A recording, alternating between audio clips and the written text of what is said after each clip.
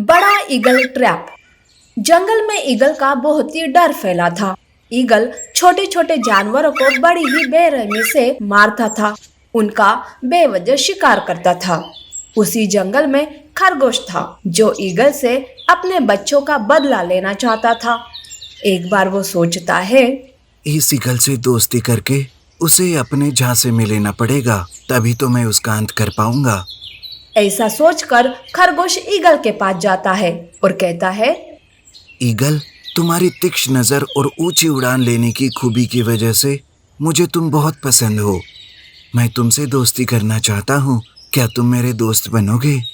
दोस्ती और तुमसे? मुझे कोई जरूरत नहीं है दोस्त की। जाओ जाओ, यहाँ से चले जाओ। अरे ऐसे मत कहो ईगल, मैंने तुम्हारे लिए एक गुफा ढूंढी है और उसमें तुम्हारे लिए ढेर सारा मांस भी रखा है। अरे खरगोश, मुझे बेवकूफ मत बनाओ, ये सब मुझे फंसाने के तरीके हैं। इससे पहले बाकी के ईगल को तुम लोगों ने ऐसे ही पकड़ा था, मुझे सब पता है। अब जाओ यहाँ से, मुझे गुस्सा आ गया तो मैं तुम्हें ही नोच कर खा जाऊंगा।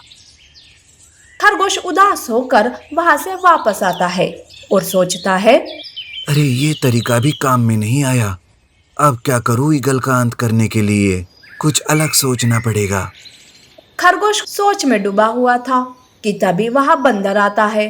खरगोश को सोच में डूबा देखकर कहता है, मुझे पता है खरगोश कि तुम ऐसे उदास क्यों हो। तुम्हें ईगल से बदला लेना है ना, और तुम्हारी पहली कोशिश नाकामयाब हो गई है। हाँ बंदर, ये ईगल बड़ा ही चालाक है। उसे मांस का लालच दिखाया मैंने, लेकिन फिर भी वो बातों में नहीं आया। अब मैं क्या करूं, मुझे कुछ समझ में नहीं आ रहा। तो तुम अब सब मुझ पर छोड़ दो। वैसे भी सारे जानवर इस ईगल से बड़े ही परेशान हो गए हैं। अब मैं ही कुछ अलग प्लान करता हूँ उस ईगल का अंत करने के लिए। बंदर ईगल को पकड़ने का ट्रैप बनाने लगता है। ट्रैप में उसने एक रस्सी का इस्तेमाल किया था, जिसे उसने एक नकली विशाल ईगल के साथ बांध कर रखा था और एक जाल का भी इंतजाम करके रखा था, जिसके बारे में किसी को कुछ नहीं पता था। उसके बाद बंदर ईगल के पास जाता है और उसे चिढ़ाने लगता है और कहता है, अरे बड़ा परेशान करके रखा है तुमने हम सबको। अब तुम्हें खत्म करने के लिए एक विशाल ईगल आया है जंगल में। वो तुमसे भी विशाल और खतरनाक है। अरे जाओ जाओ, मुझे पता है ये सब तुम्हारी कोई चाल होगी, और अगर कोई विशाल ईगल आया भी होगा तो भी मैं उसे मार दूंगा। मुझे किसी से डर नहीं लगता। बंदर मन ही मन में खुश हो जाता है कि ईगल उसके बातों में आ गया और वहां से जहां नकली विशाल ईगल रखा था उस पेड़ के पास जाकर छुप जाता है। उधर ईगल बंदर की बातों से गुस्सा होकर विशाल ईगल को ढूंढने लगता है। ढूंढते हुए वो उस ईगल के पास आता है और उसे ललकारने लगता है। अरे ओ बड़े ईगल, तुम यहाँ मेरे होते हुए नहीं रह सकते। चले जाओ यहाँ से। मैं तुमसे छोटा जरूर हूँ, लेकिन तुमसे ज्यादा ताकतवर हूँ। ईगल बातें करते रहता है, पर नकली विशाल ईगल थोड़ी ना बात करने वाला था। तब ईगल को गुस्सा आता है, वो ईगल पर हमला कर देता है। उधर से बंदर रस्सी को खींच लेता है तो ईगल का पैर रस्सी में फंस जाता है। वो उड़ने की कोशिश करता है, पर वो उड़ ही नहीं पाता। तब बंदर ऊपर से उसके ऊपर जाल डाल देता है, जिस वजह से ईगल जाल में फंस जाता है। वो जाल से निकलने की बहुत कोशिश करता है, पर कामयाब नहीं होता। तब बंदर हंसते हुए ईगल के पास आता है। तब जाके ईगल को बंदर की चाल समझ आती है। तब बंदर कहता है, बड़ी चालाकी दिखा रहा था ना, अब कहाँ गई चालाकी? नकली ईगल को पहचान तक नहीं पाया, बेवकूफ कहेगा। बंदर हाथी से कहकर ईगल के साथ जाल को पानी में फेंकने के लिए कह देता है। इस तरह से बंदर ने ईगल का अंत करके सारे जानवरों को डर से मुक्त कर दिया। सफेद गधा। भालू ने सपने में एक सफेद गधे को देखा था जो जादुई था। जादुई सफेद गधा भालू को ढेर सारा सोना देने वाला था।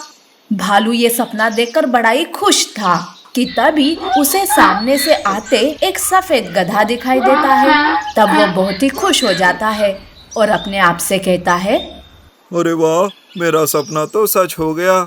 वो देखो, सामने से सफेद गधा आ रहा है। अब तो मुझे सोना ही सोना मिलेगा। भालू सफेद गधे को जादुई गधा समझने लगता है। वो नाचते नाचते सफेद गधे के पास जाता है और कहता है, आहा, आओ आओ गधे महाराज, आपका इस जंगल में स्वागत है। वैसे आप मेरे ही पास आए हो ना?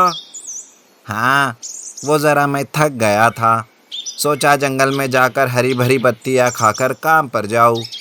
आइए आइए गधे महाराज, आप मेरे घर चलिए, मैं आपकी अच्छे से खातिरदारी करता हूँ। भालू सफेद गधे को अपने घर ले जाता है। उसके लिए हरी भरी पत्तियां तोड़ कर लाता है और उसकी सेवा करने लगता है। गधे को कुछ समझ नहीं आता। तब वो सोचता है, अरे ये भालू मेरी इतनी सेवा क्यों कर रहा है? लगता है जंगल में आने वाले नए जानवर का ये ऐसे ही स्वागत करता है। वैसे मुझे क्या, मुझे तो मेवा खाने से मतलब। सफेद गधा भी भालू से अच्छे से सेवा करवाता है। उसे अपने पैर दबाने के लिए कहता है। तब भालू पैर दबाते दबाते सफेद गधे से कहता है, गधे महाराज, एक जगह से दूसरी जगह सोना मतलब माल पहुँचाते पहुँचाते थक जाते होंगे ना आप? अरे भालू, सही कहा, पर किसी को मेरी कोई कदर नहीं होती। बस एक तू मिला मुझे जो मेरी इतनी सेवा कर रहा है। महाराज, आज भी कोई काम था क्या जो यहाँ तक चले आए? कोई काम हो तो बोलो, मैं आपकी मदद करता हूँ। हाँ हाँ, मेरा माल तालाब के किनारे पड़ा है, थोड़ा आराम करके काम पर ही जाना है। ये सुनते ही भालू बहुत ही खुश हो जाता है। गधा सो रहा था। तब भालू चुपके से तालाब के किनारे जाता है। वहां पर बोरियां देखकर उसे पक्का यकीन होता है कि बोरियों में सोना भरा हुआ है। वो पास जाकर बोरियां खोलता है, पर तब उसे वहां सोने के बदले चूना दिखाई देता है। तब वो कहता है, अरे ये क्या, यहाँ सोने के बदले चूना? अरे मुझे तो लग गया चूना। भालू ऐसे कह रहा था कि तभी वहां गधा आता है। भालू को परेशान देखकर गधा कहता है, भालू, इतनी सारी बोरियां देखकर तुम भी परेशान हो गए ना? अरे ये तो मेरा रोज का काम है। वैसे मैंने एक बोरी तालाब के पानी में भिगो दी, इसलिए मैं सफ़ेद बन गया। वैसे तुम्हारे मेहमान नवाजी का बहुत बहुत शुक्रिया। चलो अब मैं काम पर चलता हूँ।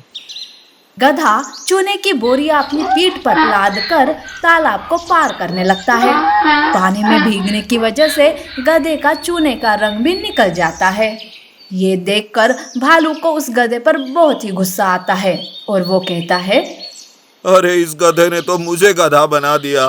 दिन भर मुझसे मेहनत करवाई, पर इसमें उसकी भी क्या गलती?